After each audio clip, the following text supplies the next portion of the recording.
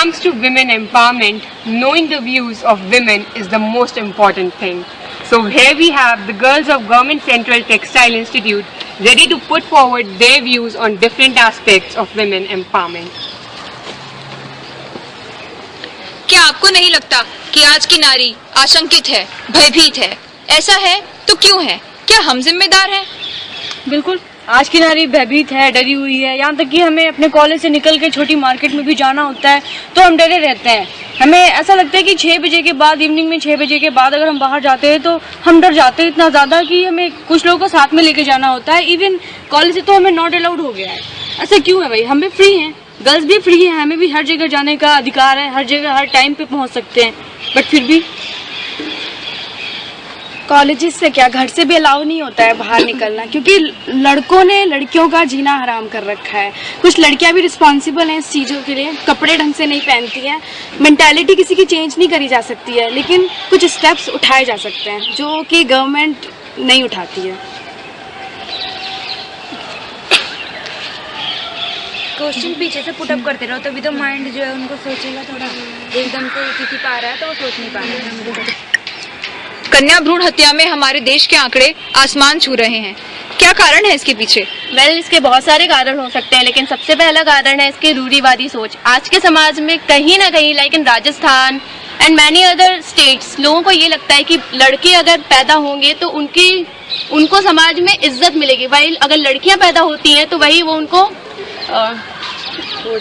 बोझ लगती है। उन्हें लगता है कि लड़कियां पैदा हो गई तो अब उनके खर्चे कौन उठाएगा, उन्हें शादी के लिए फिर दहेज दो, ब्लाइंड, बहुत सारे रीजन है जिनकी वजह से लोग लड़कियों को मारने की इतनी बुरी कंडीशन आ जाती है कि आज की औरतें भी इस चीज को लेकर बहुत ज्यादा सफर कर रही हैं। और एक प्रेग्नेंट वुमेन भी अगर आज के डॉक्टर्स इवन अगर उनके पास हम मेडिकल चेकअप के लिए कोई वुमेन जाती है, अब प्रेग्नेंट वुमेन, तो वो डॉक्टर भी इवन सोनोग्राफी टेस्ट से बताता है कि लड़का है या लड़की। अगर लड़का हुआ तो उनकी फैमिली जो है, अगर लड़का हुआ तो ठीक है, अदरवाइज लड़की है तो फिर किल हर, सो अबॉर्शन करा दो। What is this? या लड़कियों को जीने का हक नहीं है क्या? क्या लड़कियां समाज में अपना एक स्टैंड नहीं ले सकती? There are many reasons for it. कन्या भ्रूण हत्या बहुत हो रही है। मतलब इसका ये नहीं है कि मतलब लड़कियां मारी जा रही हैं तो लड़कों को, मतलब कभी कभी क्या होता है कि जैसे कुछ लोग ऐसा करते हैं कि मतलब उन्हें कोई बाबा या पंडित वगैरह ऐसा बताते हैं कि तुम लड़कियों को मतलब मार दो और तुम्हारे बेटा हो जाएगा, जिसकी मतलब ऐसे केसेस काफी ज्यादा हो रहे हैं। ऐसा भी नहीं है कि मतलब पता चले लड़की को मारा फिर लड़की हो गई, ऐसे मामले बहुत ज्यादा सामने आते हैं। इसलिए हमें इसके अगेंस्ट जाना चाहिए और मतलब हमेशा ये रखना चाहिए कि मतलब ये जो बाबा लोग हैं उन लोग की कभी कोई बात नहीं माननी चाहिए। मतलब इसका मेन पर्पज ये है कि लोगों को एजुकेटेड होना चाहिए। क्या आपको नहीं लगता लैक ऑफ एजुकेशन, अशिक्षा, इलिटरेसी, इस सब के लिए रिस्पॉन्सिबल है जो हमारे साथ हो रहा है आज? Yeah, it is right कि education is a factor, but most developed session is there. Cities like Delhi, there is also most educated people, but there is also many problems like rape and so many like भ्रूण हत्या and rapist and dowry system. So many causes also occur there. So education is a factor, but we cannot blame. It's the only a factor. If we educated girls and boys both equally, then it's the factor from which we can overcome from such problem. But it is very necessary for us to, we can understand the girls and boys are equally have importance of education, as well as they treated equally in both of the session, like in dowry system and in kanya bhroon hatya. And for example, in our country so many doctors also tested the pregnancy of by ultrasound, but what they also suggested, they continuously suggested that you will kill your child if she is girl. Then so many reasons behind it, that our parents feel insecure about our tendency to be a girl. Then it's a very difficult thing for us to live in a society like such type of corruption. Then education is a factor from which we can overcome. And first is, I think, our thinking and our positive attitude about it, from which we can fight from such problem and live in this society freely, too much freely. Education.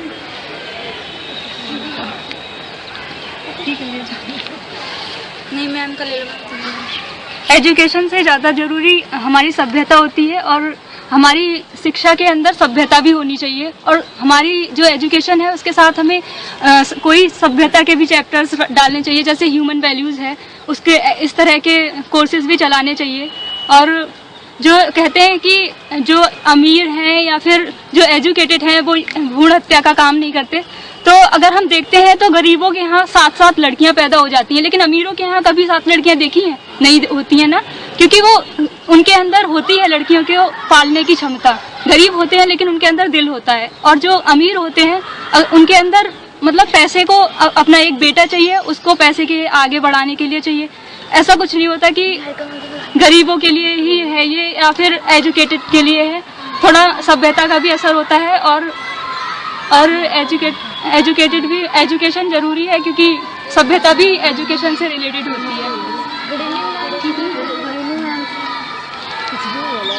Question पूछो यार।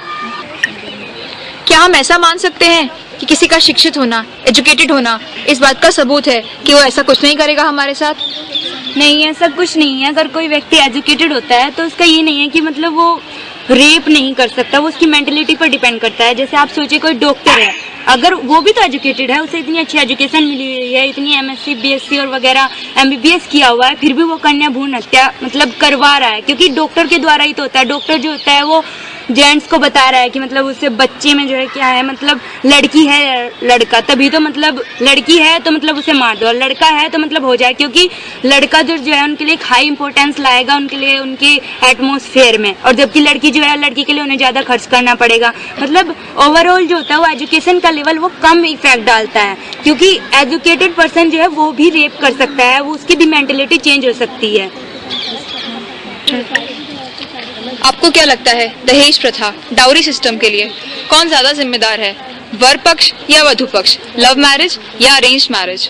Actually दहेज के लिए तो दोनों जिम्मेदार है, क्योंकि वर पक्ष जब उसकी मांग रखता है तो वधु पक्ष उसको करता है, तो इससे रिस्पॉन्सिबल तो दोनों हुए।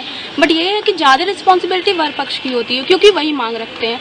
और लव एंड अरेंज मैरिज की बात हुई तो जनरली देखा जाता है अरेंज मैरिज में ही दहेज मांगे जाते हैं, क्योंकि लव मैरिज में फिर भी अंडरस्टैंडिंग होती है, लेकिन अरेंज मैरिज में होती है बट उनका सबसे पहले यही मांग रहता है कि नहीं हमें दहेज चाहिए, देन तब हम बहू ले जाएंगे अपने घर पे। तो आई थिंक अरेंज मैरिज ही ज़्यादा रिस्पॉन्सिबल है। क्या हम दहेज देके वर को खरीदना चाहते हैं? क्या अपनी लड़की पर विश्वास नहीं हमें? क्या हम उसे बेच रहे हैं पैसे देकर? हाँ बिल्कुल, ऐसा कह सकते हो तुम कि हम पैसे से लड़के खरीदते हैं अपने समाज में। पैसे देते हैं तो हमारे घर में हमारा दामाद आता है और अपनी लड़की को भेजते हैं दूसरे के घर में। तो ये तो एक मेन कारण है जिसके कारण लड़कियों को अवॉइड किया जा रहा है हमारे समाज में, और इस अवॉइड होने की वजह से ही फीमेल फेटिसाइड जैसे जो भी करप्शन हो रहे हैं हमारे समाज में, वो मेन रीज़न है dowry reason. And second reason is education की कमी हमारे समाज में, ये सेकंड रीज़न है। लेकिन फर्स्ट ऑफ ऑल हम यही कह सकते हैं कि जो दहेज प्रथा है, डॉरी सिस्टम है हमारी समाज की, ये सबसे ज़्यादा रिस्पॉन्सिबल है फीमेल फेटिसाइड्स के लिए। किसी भी एक नारी होने के नाते हमें क्या करना चाहिए, क्या कदम उठाने चाहिए खुद को सुरक्षित रखने के लिए, खुद को आगे बढ़ने देने के लिए? किसी भी औरत अगर वुमेन को आगे बढ़ना है तो उसे सबसे पहले अपने आप को डेवलप करना चाहिए। अगर वो डेवलप करती है अपने आप को तो उसकी हर जगह रिस्पेक्ट होती है। और सबसे पहली बात तो ये, अगर वो अपनी मतलब अपने आप को डेवलप की है यानी कि उसकी रिस्पेक्ट हर जगह होगी। और हमारे गवर्नमेंट को ऐसी मतलब कि कानून बनाना चाहिए कि कोई भी अगर ऐसा कदम जैसे कि रेप वगैरह या फिर कोई भी चीज़ करता है तो उसे ऐसी सजा मिलनी चाहिए कि दोबारा करने में उसकी मतलब वो कांप उठे, वो सोच भी ना सके कि वो ऐसा करे। नारी को खुद को सेफ रखने के लिए मतलब रखने के लिए अब उसको सबसे पहले मतलब उसके साथ कुछ भी गलत हो रहा है तो उसका तुरंत अपोज करना चाहिए। ये नहीं भैया चुप शांति से मतलब सह रहे हैं, हमको तुरंत पुलिस को इन्फॉर्म करना चाहिए या फिर अपने फैमिली मेम्बर्स को बताना चाहिए। ऐसा नहीं कि मतलब सह जा रहे तो जिससे उससे अगर हम खुद सहते रहेंगे ये सब चीज़ें तो लड़कों की इससे और हिम्मत बढ़ेगी, तो और लड़कियों के साथ ये सब बदतमीजी भी करेंगे। हमें इसका तुरंत से तुरंत विरोध कर देना चाहिए अगर हमारे साथ कुछ ऐसा होता है, ताकि बाकी लड़कों की भी हिम्मत ना हो सके हमारे साथ कुछ ऐसा गलत करने की। और खुद को हमें अच्छे से रहना चाहिए और कोई भी अगर साथ कोई बदतमीजी करे तो तुरंत उसको वहीं पे डिस्पोज कर देना चाहिए। 16 दिसंबर 2012 जो हुआ वो नहीं होना चाहिए था। क्या वो जिम्मेदार थी?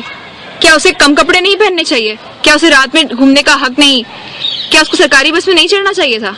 ये जो आदमी की सोच है ना, उसमें बहुत बड़ा मोच है। As there is a great saying, man is born free but everywhere he is in change, but now women is born free but everywhere she is in change. Right to equality government ने क्यों बनाया है?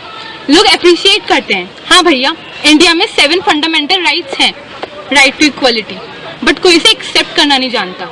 लड़की का हक है वो पहने, वो सरकारी बस में चढ़े, वो रात के 12 बजे जाए या सुबह के 6 बजे, वो उसकी लाइफ है, उसे जीनी चाहिए। क्या हमें सरकारी बस में भी जाना अब अलाउ नहीं हो सकता?